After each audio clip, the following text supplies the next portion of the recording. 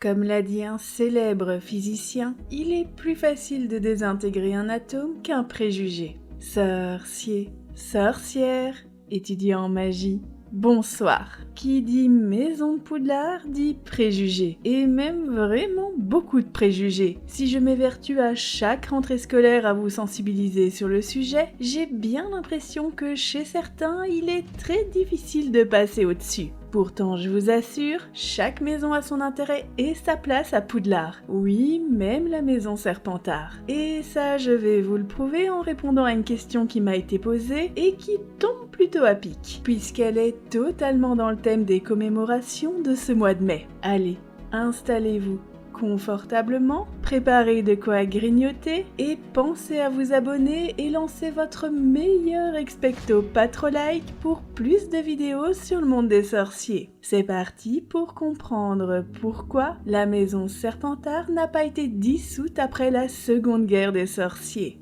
Pour commencer, il faut bien mettre en lumière qu'en comparaison aux autres maisons, la maison Vert et Argent véhicule dans l'esprit collectif une très mauvaise image. D'ailleurs, pour l'exercice, j'invite ceux n'appartenant pas à la maison Serpentard à m'indiquer en commentaire quel est, selon eux, le pire préjugé qui existe sur la maison. Il est probable qu'on y retrouve les mots magie noire, manipulation, extrémisme, suprématie, cruauté, égoïsme et bien d'autres encore pour qualifier la maison. Et vous auriez raison, si certaines qualifications de la maison ne correspondent qu'à des rumeurs et des bruits de couloir, d'autres sont malheureusement bien inscrites dans l'histoire de la maison. Alors je ne vous refais pas toute l'histoire de cette dernière parce que ce n'est pas le sujet de la vidéo et que je vous réserve ça pour plus tard, mais sachez qu'elle est devenue tristement célèbre pour ses idées suprémacistes et pour être une fabrique à mages noirs assez conséquente.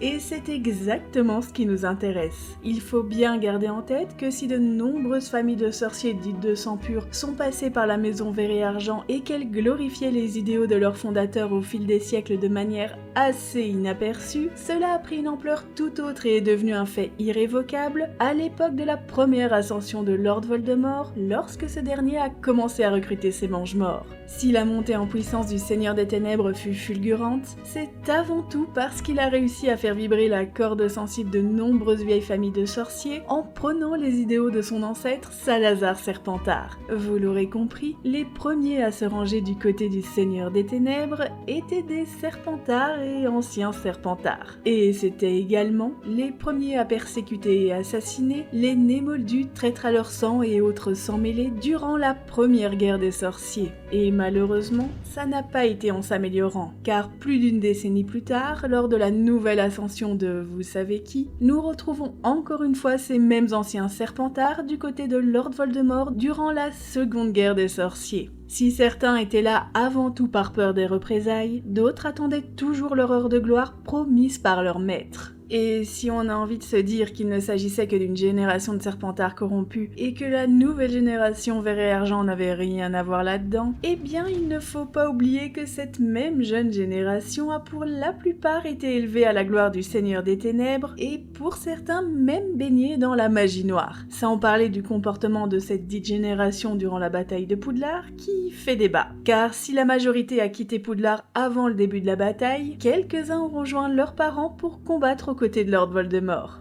Et oui, ce n'est pas glorieux tout ça. Alors j'ouvre une petite parenthèse, sachez que les élèves de Serpentard n'ont jamais été enfermés dans les cachots. C'est une pure création de la Warner pour faire plaisir à ceux qui n'aiment pas la maison Serpentard. Mais ce n'est absolument pas canon à l'histoire. Voilà, fin de la petite parenthèse. Et c'est là que la question se pose. Après tant de malfaits à la communauté des sorciers au fil des siècles, mais surtout durant la première et la deuxième guerre des sorciers par les ressortissants de la maison Serpentard, pourquoi la maison n'a-t-elle pas été supprimée de Poudlard après la victoire de Harry Potter ?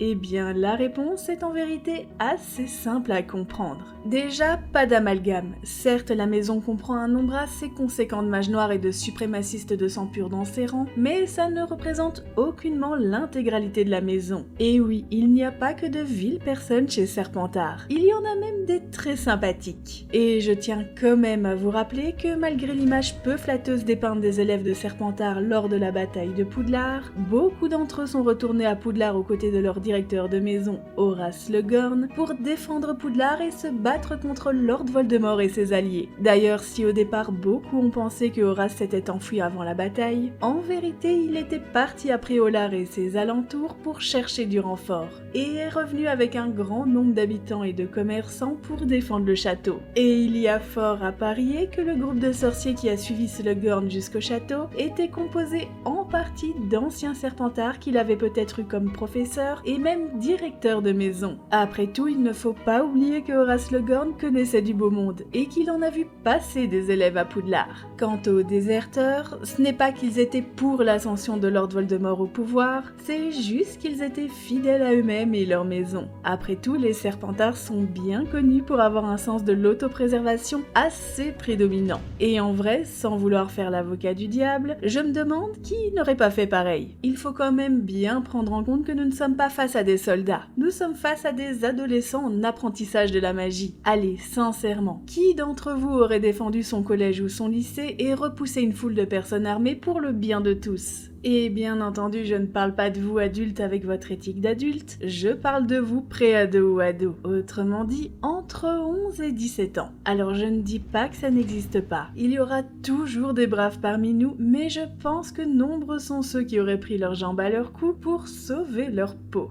Voilà, c'est dit. Autre point important, malgré son penchant pour les arts obscurs, la maison Serpentard reste une maison comme une autre à Poudlard. Elle n'est pas intrinsèquement diabolique. En d'autres mots, la maison Serpentard ne pousse pas les sorciers à devenir mauvais. Comme l'a dit le Choixpeau, elle sème les graines de la grandeur et celles de l'ambition. Libre à chacun de cultiver ses qualités ou ses défauts comme dans n'importe quelle maison. Et en parlant de Choixpeau, si les fondateurs ont estimé qu'il était préférable de garder la maison après le départ chaotique de Salazar Serpentard des siècles auparavant, c'est qu'il y avait une raison derrière cela, et ce n'était pas pour changer d'avis des siècles plus tard. Poudlard est une institution dans le monde des sorciers. Faire disparaître une maison parce qu'on estime que trop de mages noirs en sortent aurait été contraire aux valeurs promulguées par l'école de magie. Et cela aurait été injuste pour les élèves bienfaisants de la maison Serpentard. Car oui, même si on ne l'évoque que très peu dans la saga, nombreux sont ceux qui ont contribué à l'évolution du monde des sorciers. Mais comme pour l'humain il est plus facile de se rappeler des choses négatives que positives, il était évident que la communauté allait se focaliser sur les horribles mages noirs sortis de la maison Serpentard. Et que nous lecteurs n'étions pas en reste, puisque, je le rappelle, nous suivons quasiment que le point de vue d'un jeune sorcier qui déteste la maison et les mages noirs sortis de cette dernière après leurs études.